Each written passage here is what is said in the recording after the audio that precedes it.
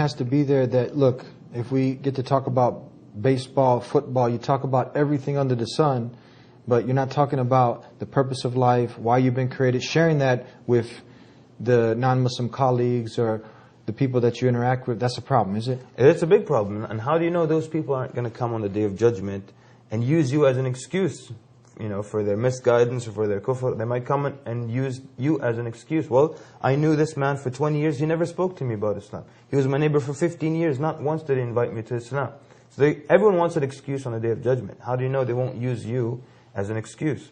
So that's why you got to go out there and talk to people and tell them. Just like you said, you talked to me about baseball for 2 hours. Why not talk about Allah once? And it's real simple.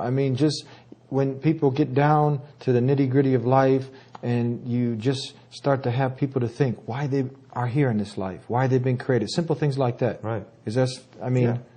Tell us now, is this a fact? It's incumbent on every person who is a Muslim to give the invitation to this way of life. This is without a doubt, no shadow of doubt, that this is an obligation. Well, there's some scholars who say that since you chose to live in a land that's where the Muslims are a minority, then one of your obligations is to tell people about Islam, tell people about Allah. Now, you might think, someone might argue now that not everyone is able to do that. You have to have know your verses and be ready and be eloquent and be brave enough to walk up to people. The mercy of Allah Azza wa Jal is that He puts so many avenues through which you can do something.